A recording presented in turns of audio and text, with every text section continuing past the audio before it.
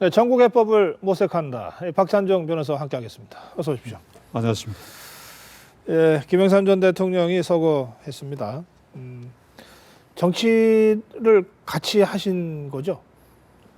같이 했다고 할 수가 없지요. 저보다 10여 년 선배이시니까 그래도 시작을 이제 같은 선거구에서 했고, 예, 그리고 이제 50대 민취업 만드는데 네. 제가 제 나름대로 협력을 열심히 했고, 예, 그다음에 단일 야당의 고문 김대중, 음, 이 총재 김영삼 때 제가 인권위원장 정치의장을 했고, 네, 그 뒤에 이제 민주화 헌법이 쟁취되고 난 다음에 두 분이 우리하고 약속 그리고 예. 국민하고 약속을 깨고 예, 단일화를 안 해버렸지요. 음, 그래서 13명의 그 야당 의원들이 이제 단일화하라는 정부운동을 했는데 예, 뿔뿔이 흩어지고 네, 3명만 남았어요. 4명. 네, 저 조순영, 장기옥, 이철. 아, 그건 원대 복귀 안 하고 아하, 그 무소속 길로 갔지요. 네. 그 저는 삭발을 했고. 삭발했어요 그때. 그러니까 예. 제가 이제 상도동계 비주류인데 그때부터 이제 무소속이 돼 버렸죠. 그러다가 96년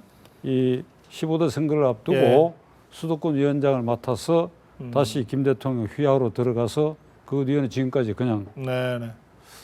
그때 저 변호사님 그 정치할 때 그 후보 단일화를 촉구하는 삭발이었는데 그 삭발했던 사진이 좀 있었으면 좋겠네.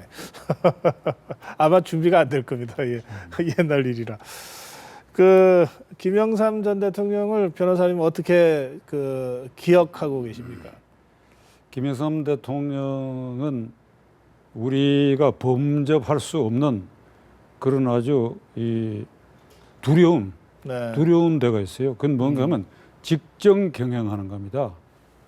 자기가 생각하고 옳다고 하는 것을 스스럼없이 말과 행동을 하고 네.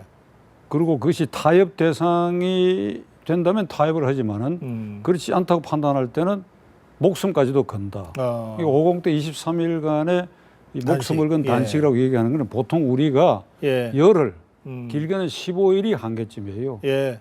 그게 이제 넘어가면 정말 위기에 처하게 되는데 저도 옛날에 12일까지는 해본 적이 있습니다. 그래서 힘들더군요. 마지막 순간에 실신했어요. 예, 그랬죠. 그러니까 의식이 있는 동안에는 절대 링계를 못 꽂게 했으니까 의식을 잃었을 때 비로소 어쩔 수 없이 이루어지니 그래가지고 이제 그 다시 소생하도록 했는데 목숨까지도 걸 수 있다. 직정 경영한다. 그런 신념이다. 그것이 없었더라고 한다면 87년 6.29까지 올 수가 없었지요. 사실 굉장히 위험한 고비가 있었지요. 그러니까 김대중 대통령하고 쌍벽을 이루면서 두 양반이 구체적 추상적 협력 관계로 민주도 만들고 87년 6.29까지 온 것은 두 분의 공동의 노력인데 김영삼 대통령 국내에서 김대중 대통령 사형 판결받고 추방됐고 그 전에는 현해탄에서 붙들어 오다가 물에 빠질 뻔했잖아요. 김대중 대통령은. 일본에서 두 분이 납치돼서. 다 이 목숨의 위험을 다 담보하고 민주화에 투신했기 때문에 87년 6월 항쟁으로 직선제 개헌이 큰 민주화 틀이 이렇게 만들어졌다. 그런데 그때 87년 12월에 대통령 선거에서 두 사람이 후보 단일화를 했었으면 뭐 그때 민주정부가 수립됐겠죠. 그리고 민주화도 더 당겨졌을 수도 있고 어쨌든 5년간의 지체를 겪고 92년에야 비로소 문민정부가 이제 들어섰습니다. 근데 김영삼 정부, 문민정부가 들어서자마자 정말 뭐 전광석화 같이 그 문민개혁을 했거든요.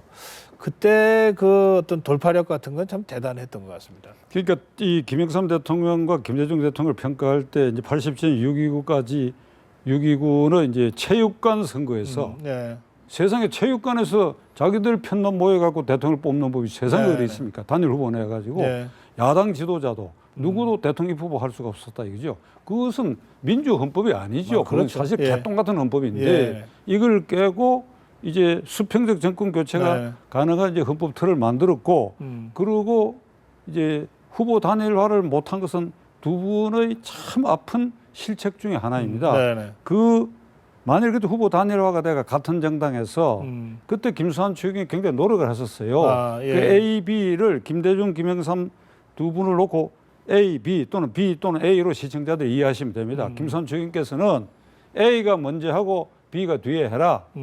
그러니까 같은 당 소속인데 A가 5년 동안 여러 가지 실책을 했다 하더라도 B는 당선이 될 수 있다. 아하.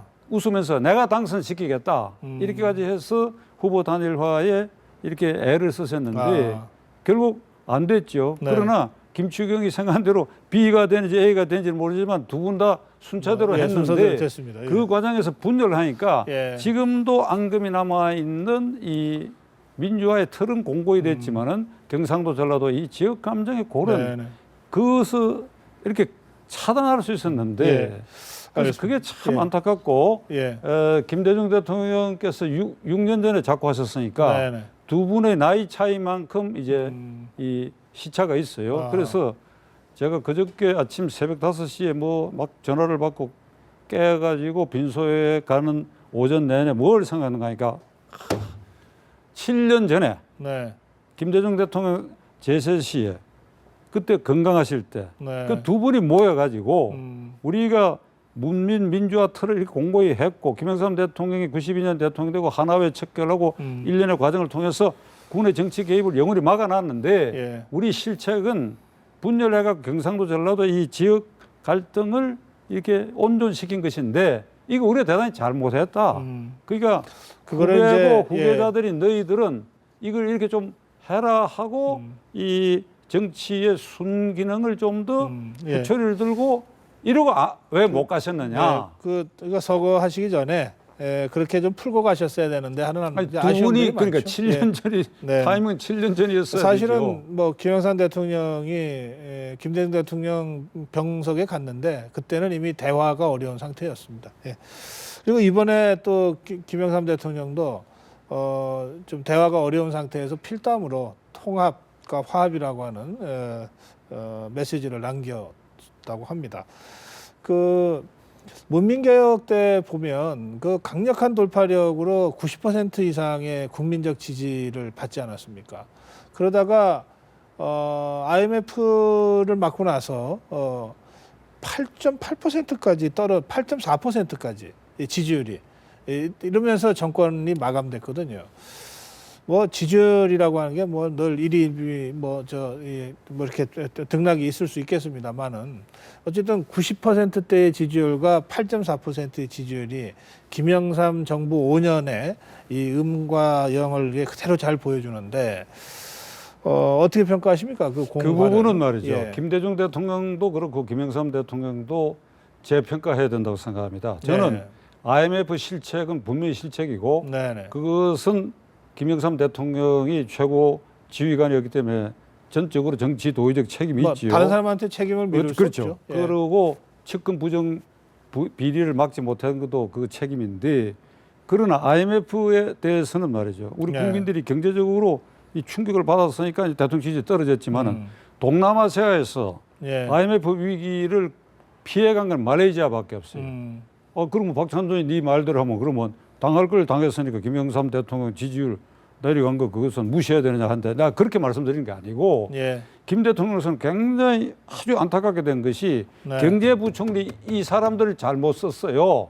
당시에. 예, 이것들이 말이죠. 내가 이것들을 해서 내가 그 당시 내가 이거 분노했던 사람입니다. 이게 예. 위기가 오는데 네. 경제부총리 그러니까 96년 하반기 그다음에 97년 상반기 두 부총리 그다음에 강경식 씨가 그 IMF 구제금융 임박해서 됐는데 예. 김경식 전에 두 사람은 네네. 이거 정치적 법률적 책임을 져야 돼요. 아. 대통령 귀를 막은 사람들이야.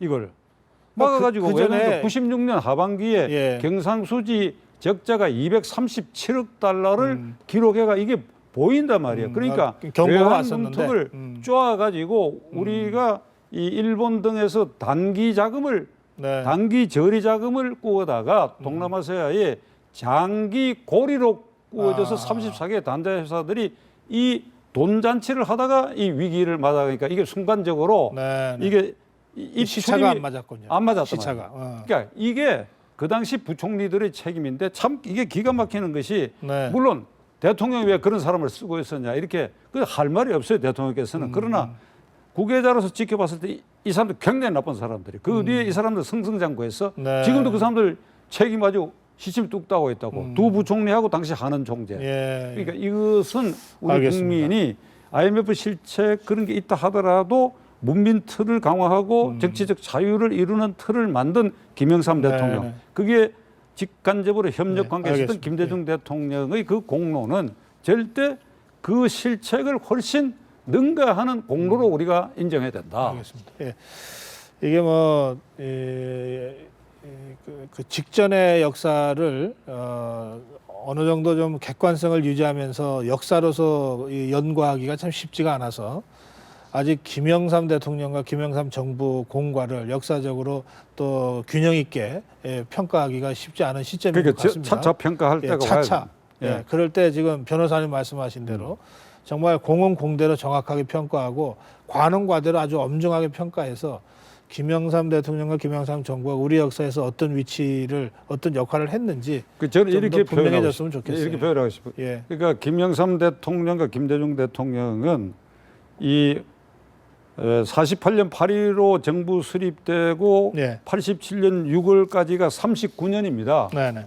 그러니까 이승만, 박정희, 전두환 일으키는 39년 동안에 아주 가느다라고 엷은 민주화 시대가 있었지만은 네네. 장기 집권, 독재, 유신, 군사 강권 통치 시대거든요. 그러니까 이 시대를 종지부를 찍고 수평적 정권 교체가 예. 가능하도록 만들고 문민 민주화 시대를 만드는 네. 이것은 저는 한국 우리 헌정사에 있어서 문민 민주화 틀을 만든 창업자들이다. 예. 그러면 이제 그 다음 단계로 후배들이 네. 그러니까 창업보다는 수성이 어렵다 그러잖아요. 예. 그럼 그 다음 단계로 내밀한 이 민주화의 내용을 예. 숙성시켜 발전시킬 책임은 그가 다음으로 있죠. 그리고 지금 당장은 여야 정당의 지도자 알겠습니다. 국회의원들에게 이 책임이 주어져 있는데 예. 소임을 다 하지 못하고 있다. 지금 시간이 별로 없어서요. 다음 주제 짧게 좀 다루겠습니다. 오늘 박근혜 대통령이 지난 14일 있었던 집회를 불법 폭력 시위로 규정하고 법과 원칙에 따라 엄정하게 대처하겠다라고 강도 높게 비판했습니다. 그런가 하면 이 집회를 주도했던 사람 중에 한 사람, 한상균 민노총 위원장, 지금 조계사에 피신해서 2차 민중 집회를 평화적으로 할 수 있게 중재해달라고 조계종 화재행위원회에다 요청을 했고 화재행위원회가 그걸 받아들인 상태입니다.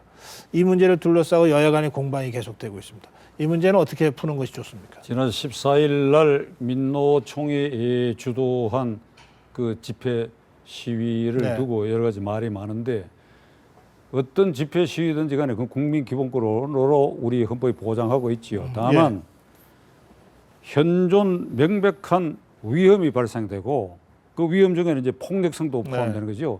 이럴 때는 국가의 공권력이 현존 명백한 위험이 발생되는 것이 확실하다 그러면 원천 봉쇄할 수도 있는 것이고 원천 봉쇄 안 하고 일정한 공간에서 이 허용을 했는데 폭력화 된다라든지 법을 위반하면 그건 당연히 법을 적용해야지요. 그러면 12월 14일 날 있었던 그 일련의 사태는 어떤가 하면 제 느낌으로는 이제 이거 검찰이 고발을 해가지고 뭐 앞으로 경찰 검찰이 수사할 공권력에 겁니다. 대한 적절하느냐, 예를 들면 이제 살수, 포, 쏜 거에 적절하냐 이런까지 이제 조사를 해봐야 되겠는데 양면이 저는 있다고 생각합니다. 그 경찰 공권력이 적법했냐는 것도 조사를 해야 되고 동시에 이 부분적으로 시위 참가자들의 그 폭력 장면이 아까도 이 자료 화면으로 나오고 있는데 이 집회 시위 주동자들 입장에서는 그 공권력이 부당하고 불법하다 하더라도 거기에 폭력으로 대항해서는 안 되죠. 어떤 걸 그건 폭력으로 대항해서는 안 됩니다. 그렇기 때문에 난 한상균 위원장에게 이렇게 말하고 싶어요. 2008년 이명박 정권 초기에 광우병 파동 때 촛불 시위할 때 폭력이 있었습니까? 광화문에 아주 불빛이 아주 비쳤잖아요. 그거는 촛불 집회였죠. 집회지. 그래가지고 문화재였죠. 이명박 대통령이 청와대 뒷산에 가서 눈물을 흘렸다고 그랬잖아요. 그러니까 여러분들이 주장하는 그 내용이 이 근로자들뿐 아니라 일반 국민에게도 동조 동의를 받으려고 한다면 그것이 부분적으로라도 지난번과 같은 이런 폭력성이 있어가지고는 그 동의가 동조가 어렵다. 내가 너무 멀리 예를 드는지는 모르겠으나 간디의 비폭력 저항 운동의 정신을 한번 본받고 네. 그리고 한 위원장은 예. 조계사 스님들을 왜 그렇게 괴롭게 하느냐. 우리가 50대 같으면 명동 천주교 성당에서 이렇게 시비하다가 거기에 잠입해 들어가면 보호를 해줬어요. 지금 그 시대가 아니다 이거지. 예. 그러면 당신이 그렇게 당당할 것 같으면 걸어 나와라. 걸어 나와서 자수해라. 네. 그리고 스님들도 그 어렵게 할 필요가 없지 않느냐. 네. 그리고 뭐 12월 5일인가 한다 하는 거고 2차 민중회의. 아주 철저하게 지금 내가 말한 대로 한번 이 비폭력 평화적으로 한번 해봐라. 예. 그런데도 국가가 공권력을 말하지 오히려 국가가 불법하게 사용한다든지 하면 그때 너희 당신들이 시비를 걸어라. 이런 대승적 견제에서 살아. 알겠습니다. 예. 결국 국민의 동의를 받고 국민을 편으로 만드는 것이 승리하는 것이니까 그렇게 좀 당당하게 해봐라. 이렇게 지금 말씀하신 겁니다. 예. 오늘 여기서 마무리합니다. 고맙습니다.